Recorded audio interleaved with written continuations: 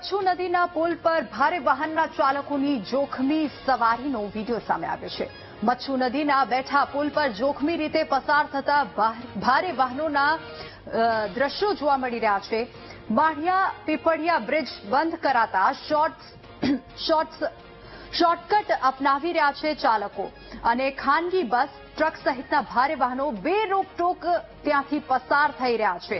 આ જોખમી સવારીના દ્રશ્યો આપ જોઈ શકો છો। બેઠા પુલ પરથી ભારે વાહનો ત્યાંથી જોખમી રીતે પસાર થઈ રહ્યા છે। જો બેઠા પુલ પરથી વાહન નીચે પટકાય તો મોટી દુર્ઘટના સર્જાવાનું નક્કી છે। પોરબંદર, દ્વારકા, જામનગર અને રાધનપુર કચ્છને જોડતો આ બ્રિજ જે જર્જરિત છે તેના પરથી ભારે વાહનો પસાર થઈ રહ્યા છે। ભારે વાહનો માટે બંધ કરાયા છે। આ બ્રિજને બંધ કરાયો છે છતાં ત્યાંથી ભારે વાહનો પસાર થઈ રહ્યા છે અને આ દ્રશ્યો આપ જોઈ શકો છો એક્સક્લુઝિવ વીટીવી ન્યૂઝ પર।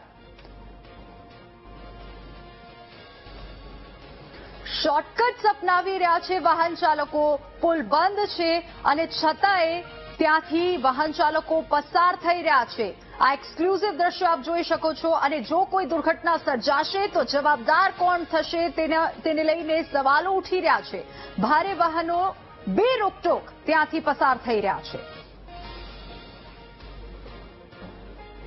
વધુ વિગતો સાથે સંવાદદાતા ચતુર આપણી સાથે ફોન લાઈન પર જોડાઈ ગયા છે। ચતુર, આ દ્રશ્યો જોઈ રહ્યા છે અમે લોકો સ્ક્રીન ઉપર, ત્યાંથી પુલ બેઠું છે અને તેના પરથી ભારે વાહનો પસાર થઈ રહ્યા છે। કોઈની નજર ત્યાં નથી પહોંચતી, કોઈ કાર્યવાહી નથી કરવામાં આવી રહી અને વાહન ચાલકો શોર્ટકટ અપનાવી રહ્યા છે।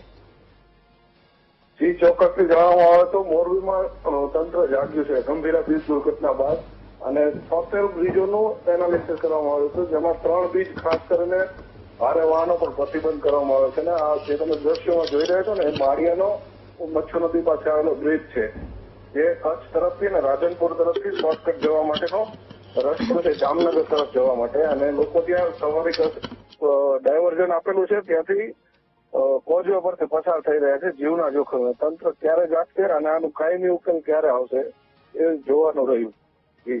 જી ચતુરભાઈ, આભાર સમગ્ર માહિતી બદલ।